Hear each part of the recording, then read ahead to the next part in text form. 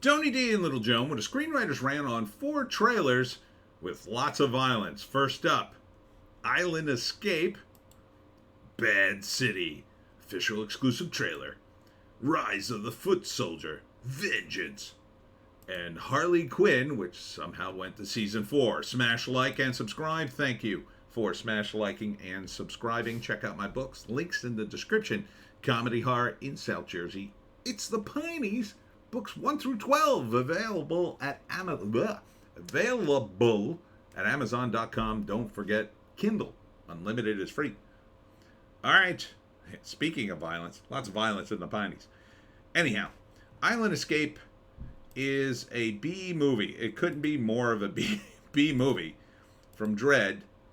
Now, that indicates to me it's low budget, but the problem, I think, with it is the script feels a little light on the details.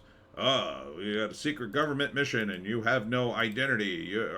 What's the job? Oh, we're going to an island.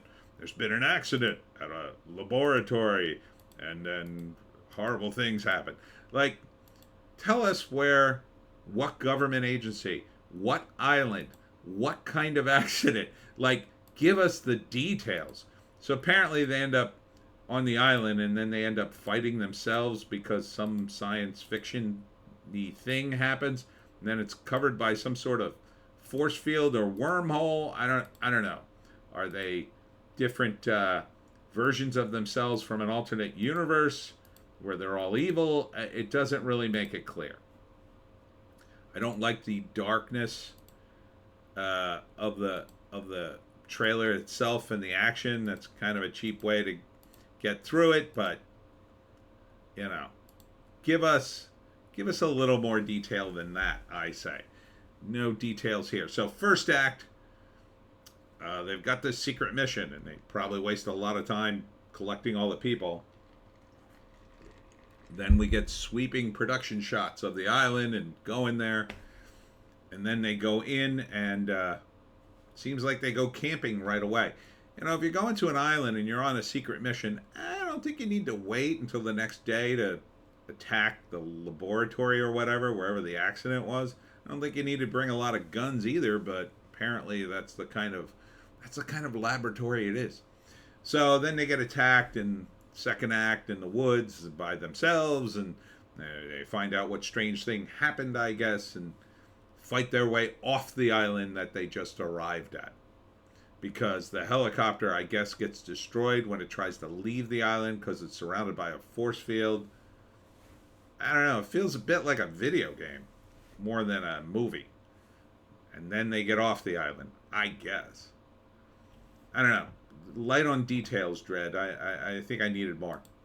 Bad City, an Japanese movie about a dude who's, I think he's either a corrupt guy or he's a criminal that they've recruited to fight the Yakuza. And he's going to fight him, and there's going to be a whole lot of bodies and a whole lot of martial arts. So sign me up. I love this stuff. It's some kind of secret thing called, as of today, you're all assigned to Special Investigation Division 0. They never call it like Division Puppy or anything. It's always Division 0. Something cool like that. I mean, I'd see this movie. Sure, why not? Love underworld stuff, gangstery stuff. Fights a bunch of guys with a bullhorn. That's kind of cool. Guys in suits and guns, and blood, and yeah. So setups in Act 1. Nothing but fighting. Here, this is a cool scene. They get to this big scene full of guys, or this ex-mall, I guess, and they say, don't use your guns. We don't have enough bullets anyway, which is a funny line. And then they're fighting for the second act. Some fighting in the third act, and some kind of revelation. The end. Yeah, sure. Why not? Next up is Rise of the Foot Soldier, Vengeance. About a guy whose friend is killed, an associate, and they call him Tate. He seems to have a name, which is good. As if, though, I should know that name. Maybe this is part of a TV show? I don't know. But the actor, he looks sufficiently mobstery, I think. And this is in the UK. Tate goes on a rampage to avenge his loyal friend and trusted foot soldier violent death.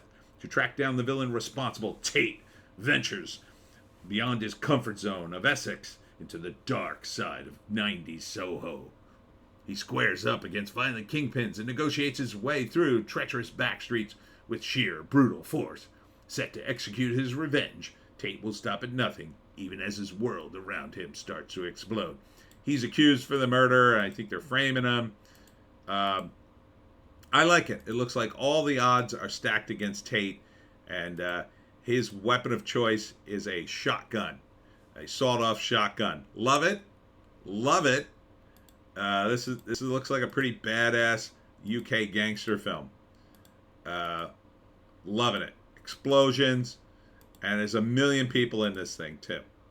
The name's a little clunky. I would have gone with a shorter name, like that. Vengeance Will Rise or something like that. I don't think you needed a big Foot Soldiers, Rise of Vengeance, blah blah blah. I can't read the credits. It looks good. Good stuff. Sign me up. And then finally, Harley Quinn. Yeah, I had to throw in one you knew I was going to hate. It's full of violence. And ha ha ha, says the makers of Harley Quinn, because they're still doing this in 4 seasons. I guess this is exclusively marketed to the girls who keep dressing as Harley Quinn at Comic-Cons. I don't know. But it's about 2 lesbians, Harley Quinn and Poison Ivy, and they're a couple, and they tell you over and over again that they're a couple, because that's what DC's about. Gee, I wonder why DC's having problems too.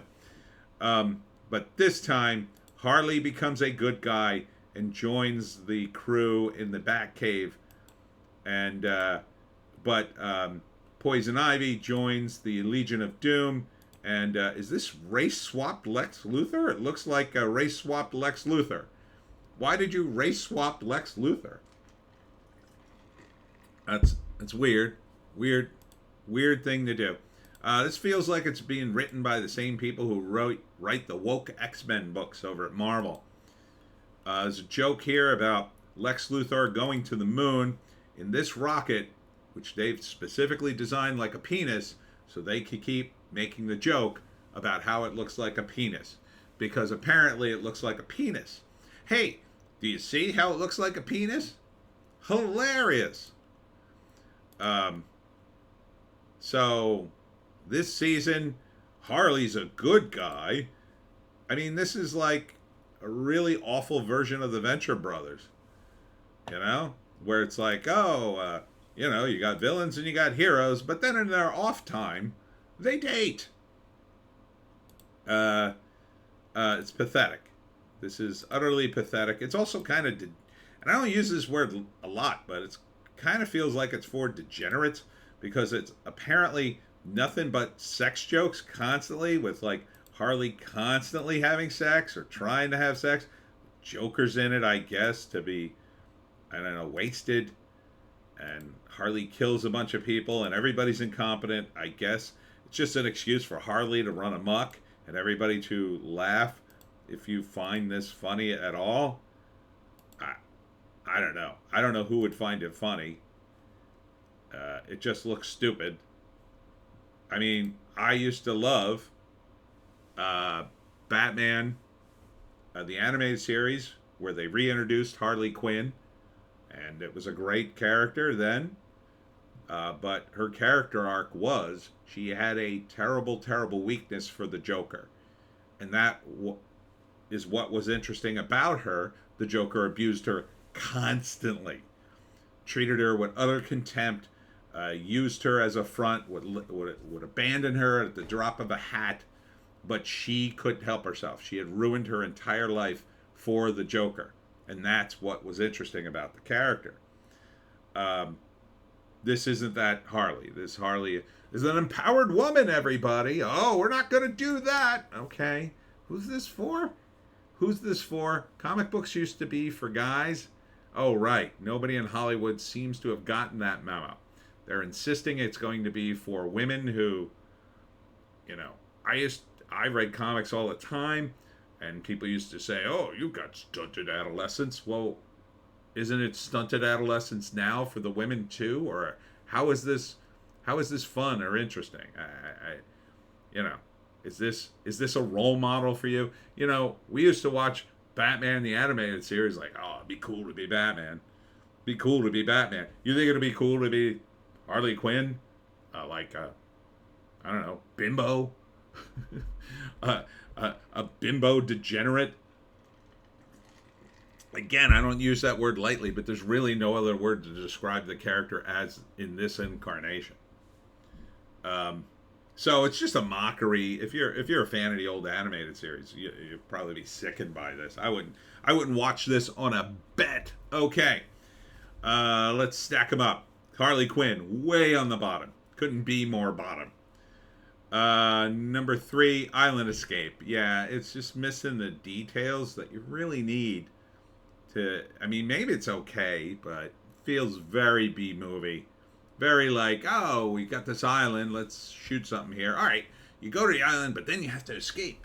Like, again, it would have been better if they were already on the island or something like that.